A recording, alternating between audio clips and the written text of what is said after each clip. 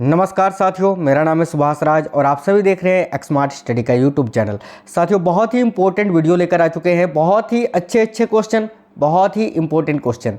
तो अंत तक देखिएगा। सभी साथी वीडियो को लाइक कर दीजिए और चैनल को सब्सक्राइब कर लीजिएगा जो साथी लोग नए हैं। चैनल के अंदर बहुत सारी वीडियोस और बहुत सारी क्लासेस मिल जाएंगी, आप लोग सभी साथी देख लीजिएगा। अलग अलग प्लेलिस्ट भी मैंने बना दिया है, वीडियो के डिस्क्रिप्शन में कुछ वीडियोस का लिंक भी दे दिया है, आप लोग सभी साथी जाकर देख लीजिएगा। तो चलिए शुरू करते हैं पहले क्वेश्चन के साथ। और पहला क्वेश्चन आपके स्क्रीन पर है साथियों, देखिएगा। फेडरल रिजर्व बैंक किस देश का केंद्रीय बैंक है? बहुत ही इंपॉर्टेंट क्वेश्चन है, बहुत ज़्यादा पूछा जाता है ये क्वेश्चन साथियों। फेडरल रिजर्व बैंक किस देश का केंद्रीय बैंक है? राइट आंसर हो जाएगा संयुक्त राज्य अमेरिका का, यूएसए का ये केंद्रीय बैंक है साथियों। जिस तरह हमारे भारत का केंद्रीय बैंक है RBI, reserve bank of India, उसी तरह संयुक्त राज्य अमेरिका का ये केंद्रीय बैंक है federal reserve bank. Next question, Bharat का पहला ग्लोबल टेलीकॉम सिटी कौन सा है? तो देखिएगा, भारत का पहला ग्लोबल टेलीकॉम सिटी है साथियों Bengaluru, option number C right answer हो गया। आगे देखिए, निम्नलिखित में से किस नेता ने 1906 में कलकत्ता कांग्रेस अधिवेशन की अध्यक्षता की थी? तो 1906 की बात की जा रही है, किस नेता ने कलकत्ता में कांग्रेस अधिवेशन की अध्यक्षता की थी? तो राइट आंसर हो जाएगा ऑप्शन नंबर डी, दादा भाई नौरोजी को। दादा भाई नौरोजी को भारत का वयोवृद्ध व्यक्ति यानी the old man of India कहा जाता है। याद रखिएगा, ऑप्शन नंबर डी इस क्वेश्चन का राइट आंसर हो जाएगा। आगे देखिए, संविधान की किस अनुसूची में प्रत्येक राज्यों तथा संघ राज्य क्षेत्रों के लिए राज्यसभा में स्थानों के आवंटन की सूची है? बहुत ही इंपॉर्टेंट क्वेश्चन है। राइट आंसर हो जाएगा साथियों चतुर्थ अनुसूची में, option number D. Next question, Uttar Pradesh में निर्यात प्रोसेसिंग क्षेत्र कहाँ है? तो देखिएगा, उत्तर प्रदेश में निर्यात प्रोसेसिंग क्षेत्र नोएडा में स्थित है, option number C Noida right answer होगा। कहाँ से अशोक ने द्विभाषाई यानी ग्रीक और आरामाइक अभिलेख प्राप्त हुए हैं? कहाँ से अशोक के द्विभाषाई, ठीक है, यानी ग्रीक और आरामाइक अभिलेख प्राप्त हुए हैं? तो याद रखिएगा सरकुना से यानी कंधार से। नेक्स्ट क्वेश्चन देखेंगे, किसी विधि के प्रश्न पर सर्वोच्च न्यायालय से परामर्श लेने का अधिकार किसको है? तो देखिएगा साथियों, किसी विधि के प्रश्न पर सर्वोच्च न्यायालय से परामर्श लेने का अधिकार किसको है? याद रखिएगा भारत के राष्ट्रपति को, option number B right answer है। परैया का अर्थ क्या होता है? तो बहुत ही इंपॉर्टेंट क्वेश्चन है साथियों, वेरी वेरी इंपॉर्टेंट क्वेश्चन है। परैया का अर्थ क्या होता है? याद रखिएगा अछूत, option number A right answer होगा। साथियों, काउंट करते चलिएगा कितने क्वेश्चन आपके करेक्ट बने हैं, आप लोग कमेंट करके भी बताना लास्ट में आपके कितने क्वेश्चन बने हैं। उपराष्ट्रपति को कौन चुनता है? तो राइट आंसर क्या हो जाएगा? देखिएगा, उपराष्ट्रपति को कौन चुनता है? तो साथियों राइट आंसर है संसद के सदस्यों के द्वारा बना निर्वाचक मंडल, ऑप्शन नंबर सी। अभी 14वें उपराष्ट्रपति हमारे कौन है? तो श्री जगदीप धनखड़ जी, याद रखिएगा। आगे देखेंगे साथियों, निम्नलिखित में से कौन फरायजी विद्रोह का नेता था? तो देखिएगा, फरायजी विद्रोह का नेता कौन था? तो option number B right answer हो जाएगा साथियों दादू मियाँ। आगे देखिएगा, अमृत बाजार पत्रिका की स्थापना किसने की थी? ये भी क्वेश्चन बहुत ही इंपॉर्टेंट है, अमृत बाजार पत्रिका की स्थापना किसने की थी? तो राइट आंसर हो जाएगा option number D Shishir Kumar Ghosh ने।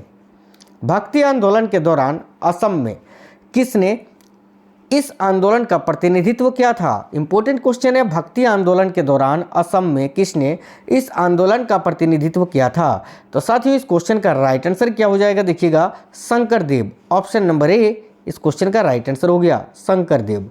नेक्स्ट क्वेश्चन, सिंधु सभ्यता का पतन नगर, देखिए पतन नगर यानी बंदरगाह कौन सा था? तो सिंधु सभ्यता का पतन नगर यानी बंदरगाह लोथल में था साथियों। लोथल कहाँ पर स्थित है अभी वर्तमान में? तो भारत के गुजरात राज्य में। नेक्स्ट क्वेश्चन देखिएगा, विजयनगर के साम्राज्य के वित्तीय व्यवस्था की मुख्य विशेषता क्या थी? तो विजयनगर, साथियों बात करें विजयनगर साम्राज्य की, तो विजयनगर साम्राज्य की स्थापना 1336 ईस्वी में किसने की थी? हरिहर और बुक्का नामक दोनों भाइयों ने, ठीक है। और विजयनगर के साम्राज्य के वित्तीय व्यवस्था की मुख्य विशेषता थी भू राजस्व, option number B right answer है। दिल्ली के निम्नलिखित सुल्तानों में से किसने तैमूरी शासक मिर्जा शाहरुख के अधिराज में आना स्वीकार किया था? तो करेक्ट आंसर हो जाएगा साथियों ऑप्शन नंबर सी खिज्र खां सैयद ने। देखिएगा आगे, 1924 ईस्वी में किसके द्वारा ब्रिटिश सरकार से यह मांग की गई कि भारतीय संविधान के निर्माण के लिए संविधान सभा का गठन किया गया है? साथियों राइट आंसर हो जाएगा option number C Motilal Nehru के द्वारा। नेक्स्ट क्वेश्चन, काकोरी ट्रेन डकैती कांड के नायक कौन थे? तो देखिएगा काकोरी ट्रेन डकैती कांड के नायक थे राम प्रसाद बिस्मिल। आगे देखिए संविधान सभा का संवैधानिक सलाहकार किसे नियुक्त किया गया था? तो साथियों संविधान सभा का संवैधानिक सलाहकार किसे नियुक्त किया गया था? BN राव को। Option number C is the right answer. खनिज तेल खपत की दृष्टि से विश्व का दूसरा देश कौन सा है? तो देखिएगा खनिज तेल की खपत की दृष्टि से विश्व का दूसरा देश है चीन। पहले नंबर पर है अमेरिका और दूसरे नंबर पर चीन। आगे देखिए भारतीय संविधान की प्रस्तावना में देश का कौन सा नाम उल्लेखित है? तो साथियों भारतीय संविधान की प्रस्तावना में देश का कौन सा नाम उल्लेखित है? तो भारत और India. Option number C right answer है। विधि के सामने समानता का अधिकार किस प्रकार का अधिकार है? देखिएगा विधि के सामने समानता का अधिकार ये नागरिक अधिकार है। Option number A right answer होगा। भारत में आलू 16वीं शताब्दी में कहाँ से आया था? तो साथियों भारत में आलू 16वीं शताब्दी में पुर्तगाल से आया था। ऑप्शन नंबर सी पुर्तगाल राइट आंसर होगा। आगे देखिए तथाकथित कुशासन के आधार पर किस गवर्नर जनरल ने मैसूर राज्य के प्रशासन को ले लिया था? इंपॉर्टेंट क्वेश्चन है।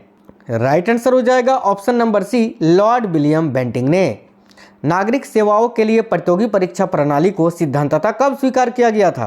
तो साथियों नागरिक सेवाओं के लिए प्रतियोगी परीक्षा प्रणाली यानी कॉम्पिटिटिव एग्जाम जो अभी होता है उसको सिद्धांततः स्वीकार किया गया था 1853 में।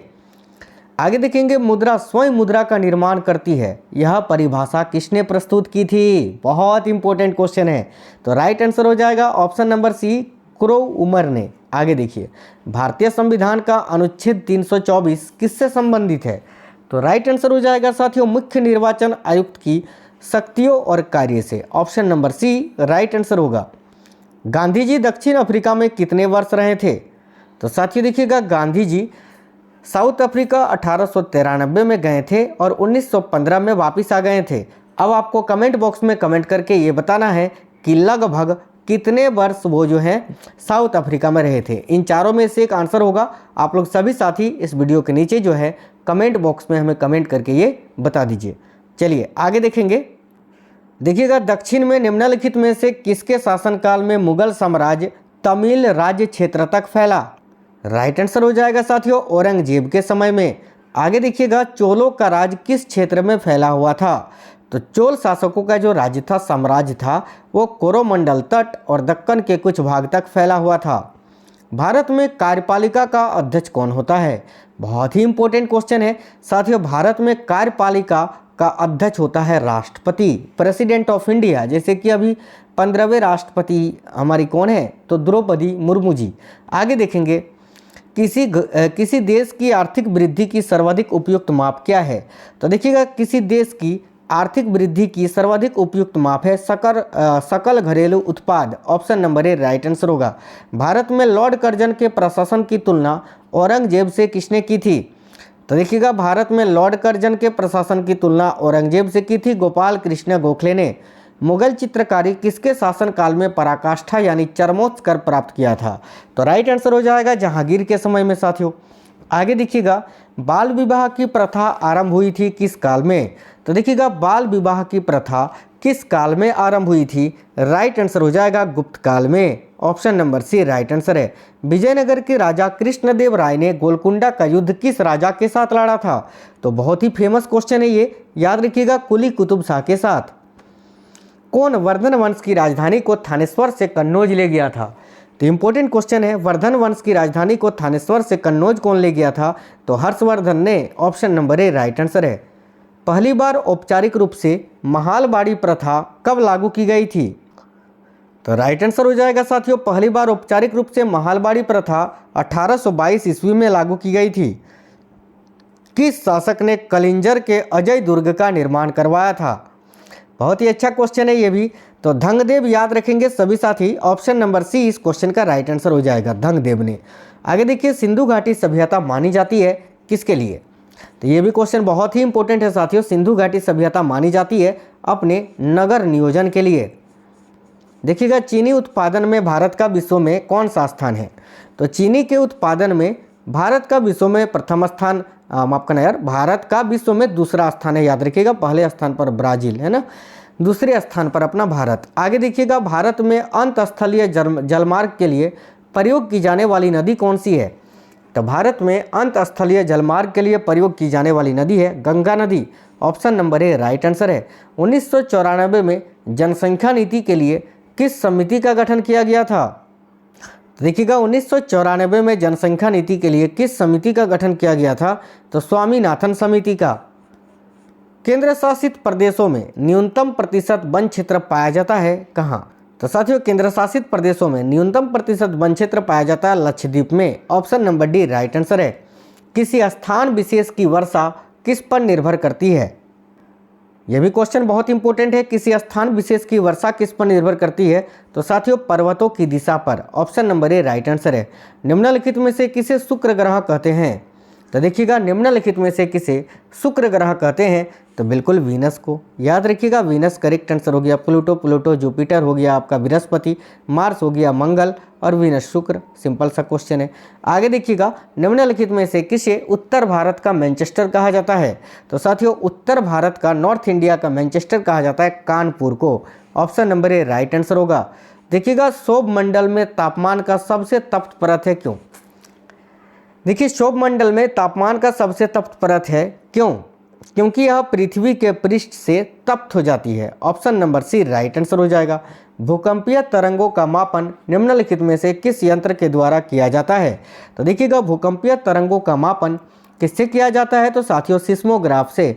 Option number B right answer हो जाएगा। आगे देखिए विस्तृत आकार वाले खेतों पर यांत्रिक विधियों से की जाने वाली कृषि क्या कहलाती है? तो देखिएगा विस्तृत आकार वाले खेतों पर यांत्रिक विधियों से की जाने वाली कृषि क्या कहलाती है? ऑप्शन नंबर सी विस्तृत कृषि। आगे देखिए निम्न में से कौन सा प्रमुख कागज उत्पादक देश है? तो साथियों निम्न में से कौन सा प्रमुख कागज उत्पादक देश है? देखिएगा बहुत ही इंपॉर्टेंट क्वेश्चन है। Brazil. Option number B right answer है। माफी चाहते हैं साथियों, प्रमुख कागज उत्पादक देश पूछा है ना, कनाडा करेक्ट आंसर आएगा, ब्राजील नहीं। ब्राजील तो कहवा के लिए है ना। देखिए कनाडा इस क्वेश्चन का राइट आंसर हो जाएगा, है ना। प्रमुख कागज उत्पादक देश कौन सा है? तो कनाडा। साथियों 50 क्वेश्चन थे, बहुत ही इंपॉर्टेंट क्वेश्चन। काफ़ी क्वेश्चन प्रीवियस ईयर्स के थे, काफ़ी क्वेश्चन मैंने एक्सपेक्टेड लिया था। आपको ये वीडियो कैसा लगा है और 50 में से आप कितने क्वेश्चन कर पाए हैं कमेंट बॉक्स में कमेंट करके बता दीजिए। चैनल के अंदर ढेरों सारी वीडियोस है, आप लोग सभी साथी देख लीजिए। मिलेंगे अगली वीडियो में, तब तक स्वस्थ रहें। जय हिंद साथियों, वंदे मातरम।